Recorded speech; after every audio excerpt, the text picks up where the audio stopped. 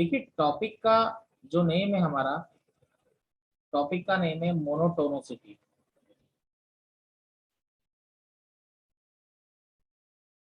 देखिए मोनोटोनिसिटी होता क्या है, सबसे पहले तो इस वर्ड का नाम समझते हैं, ठीक है। ताकि जो चैप्टर का नाम है, चैप्टर में एनसीईआरटी में कई जगह ऐसा भी लिखा हुआ है, increasing and decreasing function. Increasing and decreasing function ऐसा भी लिखा हुआ है। देखिए इस वर्ड का मीनिंग मैं बताता हूँ। मोनोटोनिसिटी का मतलब है फंक्शन का बिहेवियर एक जैसा रहना चाहिए। यानी कि फंक्शन अगर इंक्रीज कर रहा है तो वो इंक्रीज करता रहे, ठीक है। तो इसके बारे में अगर मैं लिखूं तो ये कैसा फंक्शन है आपका, इंक्रीजिंग फंक्शन। अगर मान लीजिए फंक्शन अगर डिक्रीज कर रहा है, फंक्शन अगर डिक्रीज कर रहा है तो फंक्शन डिक्रीज करता रहे।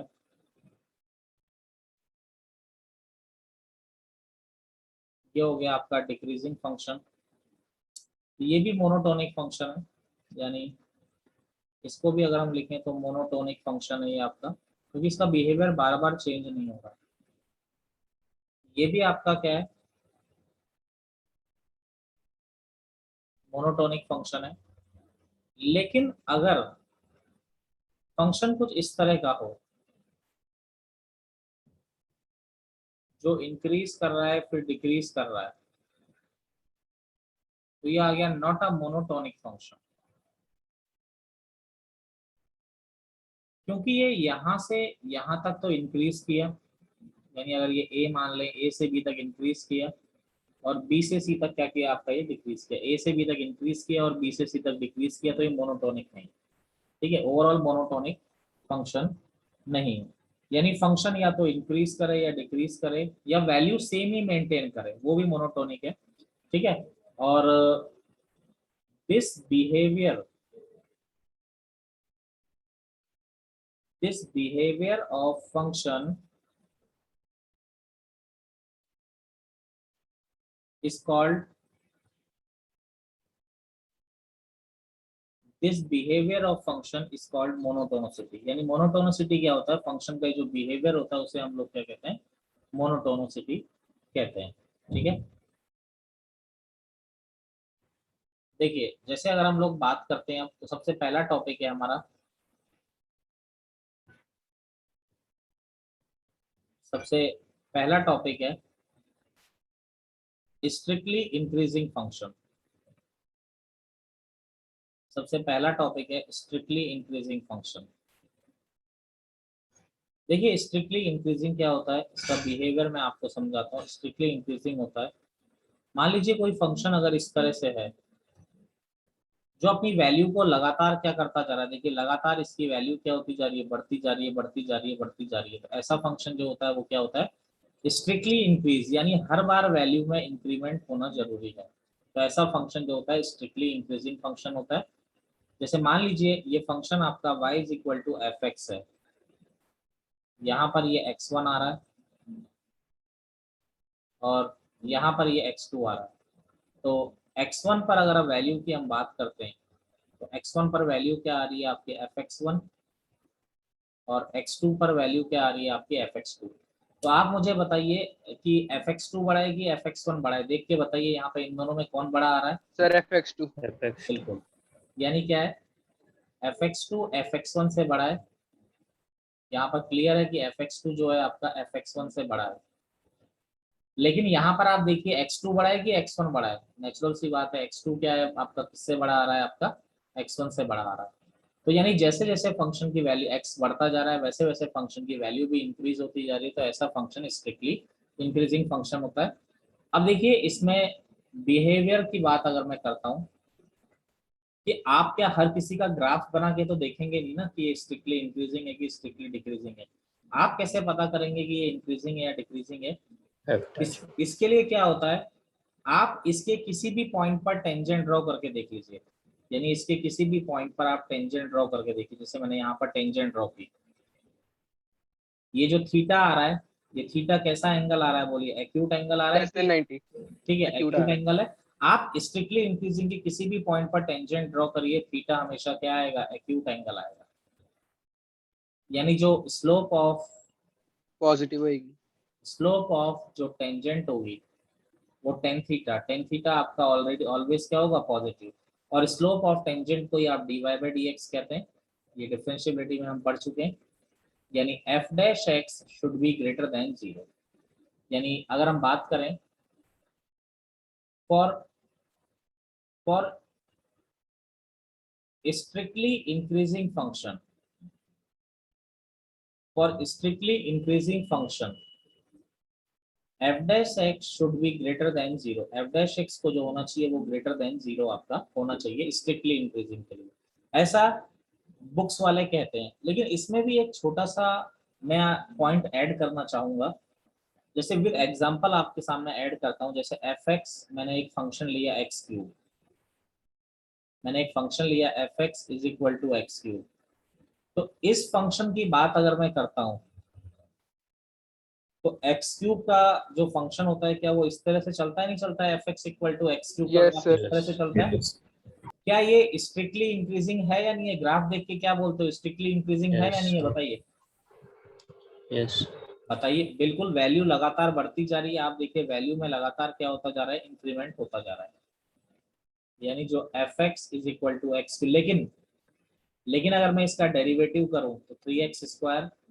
अब 3x² क्या होता है, ग्रेटर देन इक्वल टू 0 होता है। Yes sir.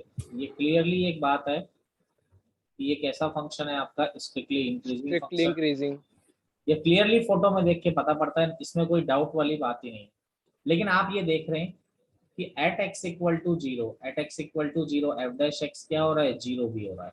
यानी at X equal to zero F dash X आपका जीरो भी हो रहा है, लेकिन फिर भी ये स्ट्रिक्टली इंक्रीजिंग फंक्शन है। लेकिन आप एक बात जानते हैं कि only X is equal to zero पर, यानी केवल X is equal to zero पर ही ये जीरो होगा। इसके अलावा ऑलवेज क्या होगा, अगर एक्स जीरो के बराबर नहीं है तो F dash x always positive होगा, नहीं होगा, बताइए।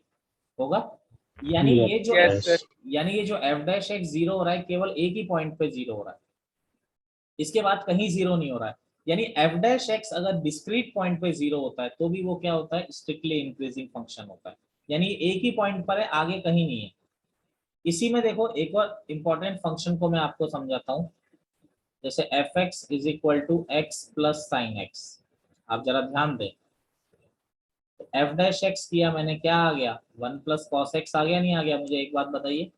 अब क्या वन प्लस कॉस एक्स क्या ऑलवेज पॉजिटिव होता है कि जीरो भी हो सकता है, वन प्लस कॉस एक्स? बिल्कुल जीरो भी हो सकता है। कहाँ पे जीरो हो सकता है, जहां पर कॉस एक्स क्या होगा, -1। 180 डिग्री पे। कॉस एक्स -1 कहाँ पे होता है, पाई, 3 पाई, 5 और पाई। Multiple sir. ठीक है। यानी ये जो एफ डैश एक्स जीरो हो रहा है ये क्या हो रहा है, डिस्क्रीट पॉइंट पे जीरो हो रहा है। डिस्क्रीट मतलब अलग अलग पॉइंट पे जीरो हो रहा है, और अलग अलग पॉइंट पे जीरो होता है तो भी वो फंक्शन क्या होता है, स्ट्रिक्टली इंक्रीजिंग फंक्शन ही होता है। ठीक है। ऐसा कोई एनसीईआरटी आरडी वाला नहीं कहेगा, लेकिन ये करेक्ट है। ठीक है। जैसे मैं आपको एक सिंपल सी बात यहाँ पर बताता हूँ, जैसे इसका मैं रीजन भी समझा देता हूँ। कई बच्चे सोच रहे होंगे सर ये तो दो बातें कॉन्ट्राडिक्ट हो गई। देखो देखो ये स्ट्रिक्टली इंक्रीजिंग है। अगर मैं जैसे पाई पर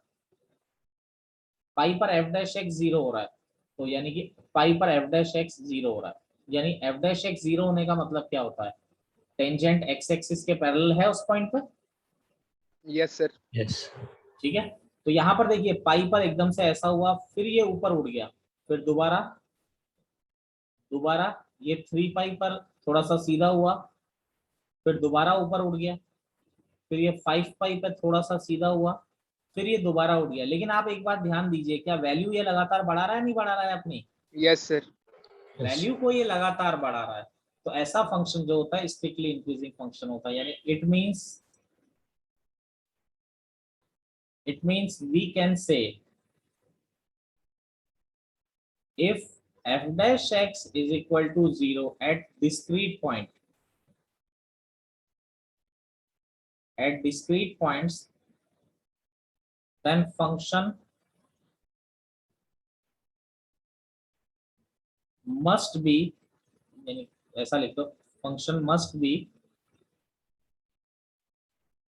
strictly increasing function. Function must be strictly. आप लोगों को मेरी बात समझ में आई कि नहीं आई, बोलिए। जी Yes, sir.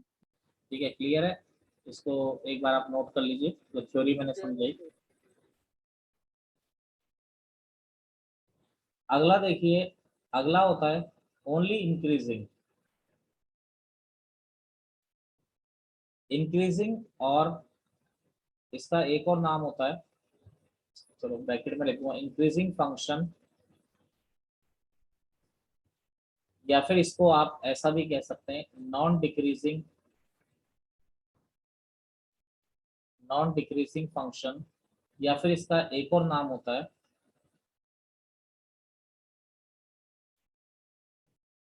Monotonic increasing. ठीक है, एक और नाम होता है मोनोटोनिक इंक्रीजिंग। देखिए, अगर फंक्शन कुछ इस तरह से हो, बात समझिएगा, फंक्शन कुछ इस तरह से हो कि फंक्शन इंक्रीज हो रहा है, फिर वैल्यू को मेंटेन किए हुए फिर इंक्रीज हो गया, यानी देखिए नॉन डिक्रीजिंग क्या हुआ, नॉन डिक्रीजिंग क्यों कहा, क्योंकि वैल्यू या तो इंक्रीज हो रही है या वही वैल्यू मेंटेन हो रखी है या फिर इंक्रीज हो रही है, कभी भी वैल्यू डिक्रीज नहीं हुई है, तो इसीलिए इसको क्या कहते हैं, नॉन डिक्रीजिंग कहते हैं। और या फिर यहाँ से यहाँ तक देखो, यहाँ से यहाँ तक वैल्यू क्या हो रही है आपकी, इंक्रीज हो रही है, फिर वैल्यू सेम वही है, फिर दोबारा इंक्रीज हो गई। ठीक है, तो इस तरह से इसका नाम, जो नामकरण है वो मैंने आपको बताया कि जो नामकरण है वो क्या है, इंक्रीजिंग या नॉन डिक्रीजिंग किस तरीके से आपका पड़ा हुआ है, ये मैंने नामकरण आपको समझाया। ठीक है, अब मैथमेटिकल कंडीशन क्या हुई, मैं एक बार डेफिनेशन भी लिख देता हूं इसकी। If value of F x should increase or remain equal by increasing, by remain equal by increasing। ठीक है, मैथमेटिकल कंडीशन क्या हुई इसकी, कि भाई मैथमेटिकल कंडीशन के बारे में आप क्या बात करेंगे, कि मैथमेटिकल कंडीशन क्या बनेगी इसकी। मैं मैथमेटिकल कंडीशन आपको बना के दिखाता हूँ। फंक्शन इंक्रीज कर रहा है या फिर वही वैल्यू लिए हुए, या फिर क्या कर रहा है आपका, इंक्रीज कर रहा है। तो देखिए, अगर फंक्शन इंक्रीज कर रहा है तो आप जानते हैं इतने से इतने पोर्शन में आप कहीं भी टेंजेंट ड्रॉ करिए, आप कहीं भी टेंजेंट ड्रॉ करिए, एंगल कैसा आएगा, एक्यूट एंगल आएगा कि ऑब्ट्यूज एंगल आएगा, बताइए। एक्यूट। यानी एफ डैश एक्स जो होगा वो ग्रेटर देन 0। इतने से इतने एरिया में आप देखिए वैल्यू सेम मेंटेन हो रही है, यानी यहाँ कहीं भी आप टेंजेंट ड्रॉ करेंगे तो टेंजेंट एक्स एक्सिस के पैरेलल आएगी। Yes sir.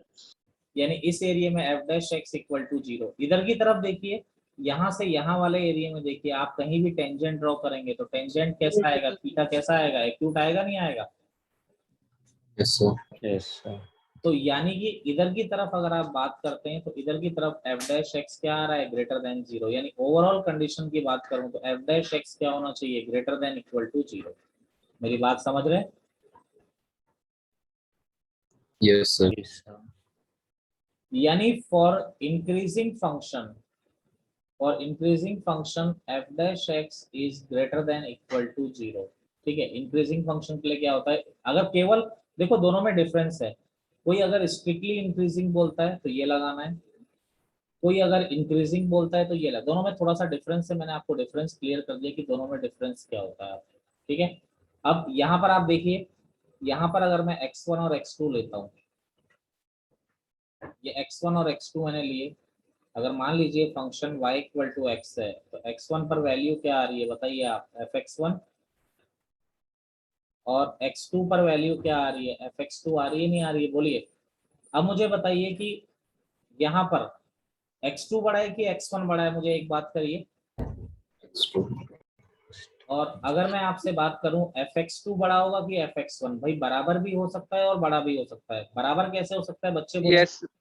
बराबर कब हो सकता है, अगर x1 और x2 मैं इधर ले लूं तो बराबर हो जाएंगे नहीं हो जाएंगे, दोनों पे वैल्यू सेम ही आ रही है।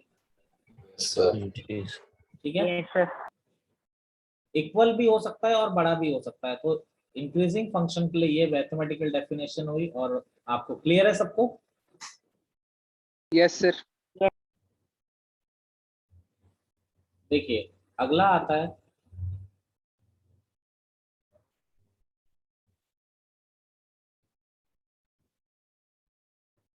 है स्ट्रिक्टली डिक्रीजिंग फंक्शन।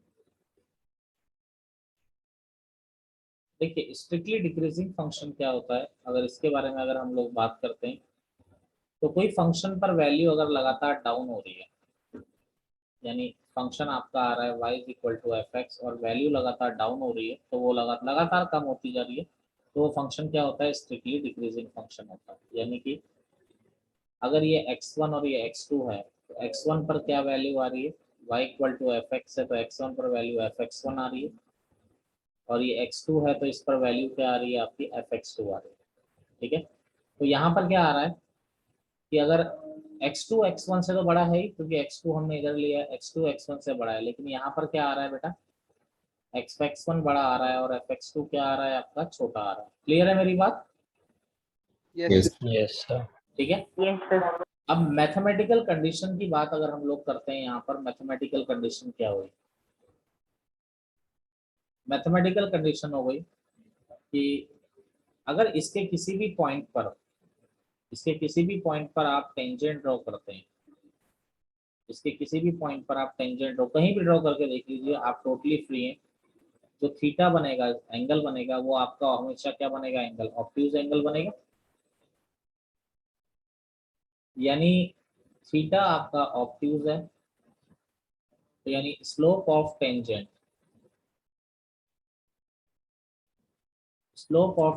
जो टेन थीटा है, टेन थीटा जो होगा वो क्या होगा, नेगेटिव होगा। ठीक है, यानी कि जो dy बाई डी एक्स होगा वो आपका क्या होगा, नेगेटिव, और dy बाई डी एक्स को आप क्या कहते हैं, F dash X less than zero. यानी कि for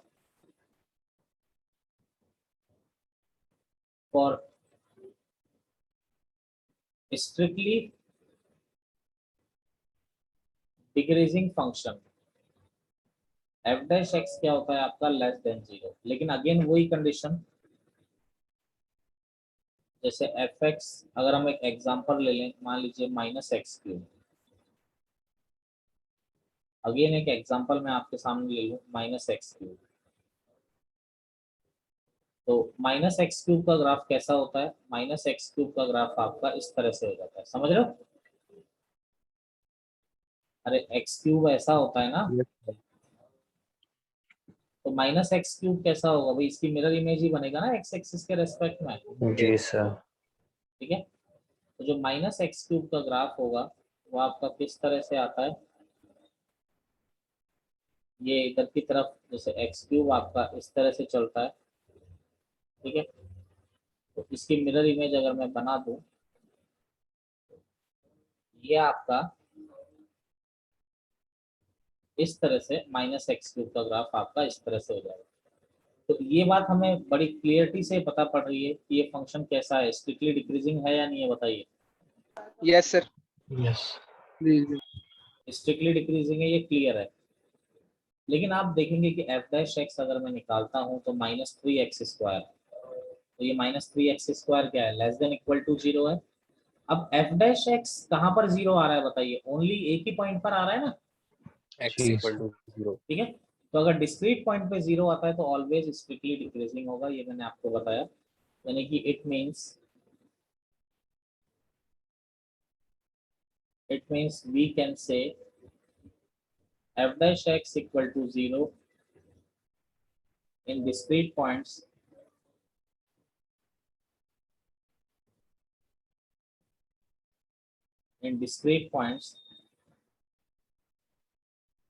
then function is called strictly decreasing function। Clear है सबको, नहीं है बोलिए।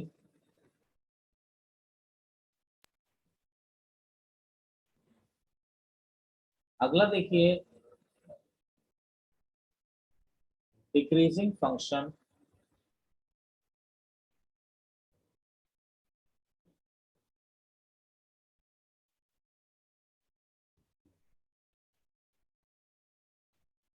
नॉन इंक्रीजिंग फंक्शन और या फिर मोनोटोनिक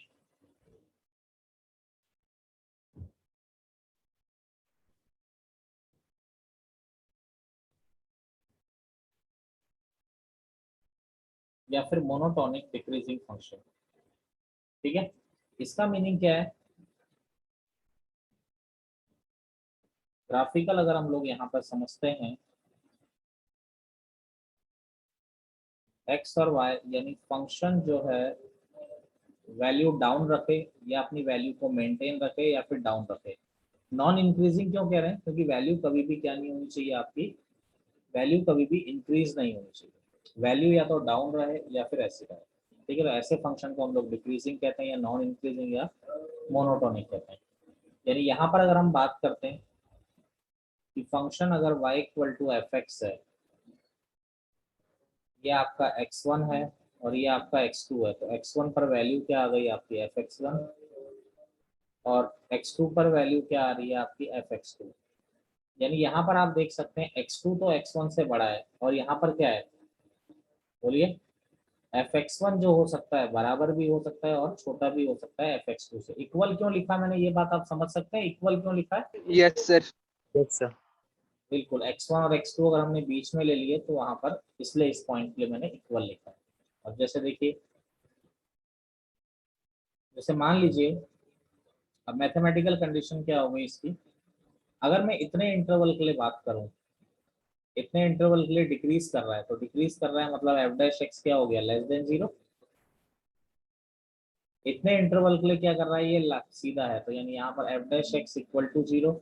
और इतने इंटरवल के लिए डिक्रीज हो रहा है, एफ डैश एक्स क्या होगा आपका, लेस देन 0 होगा। तो यानी हम क्या लिख सकते हैं, overall F dash X less than equal to 0, यानी कि for decreasing function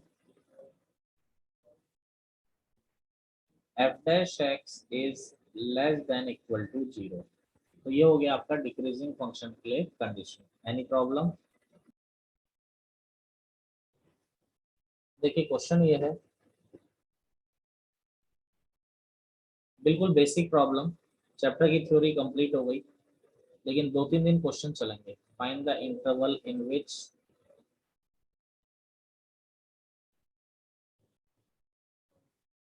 in which the following function are first increasing, आपको बताना है कहाँ पर इंक्रीज कर रहा है और कहाँ पर डिक्रीज कर रहा है। ठीक है, जैसे फर्स्ट दे रखा है F X is equal to X cube plus 3x² minus 105x plus 25।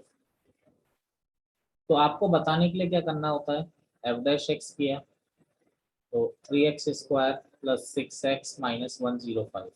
ठीक है, 3 कॉमन लिया, x² प्लस 2x माइनस 35 हो गया, तो ये x² plus 7x minus 5x minus 35।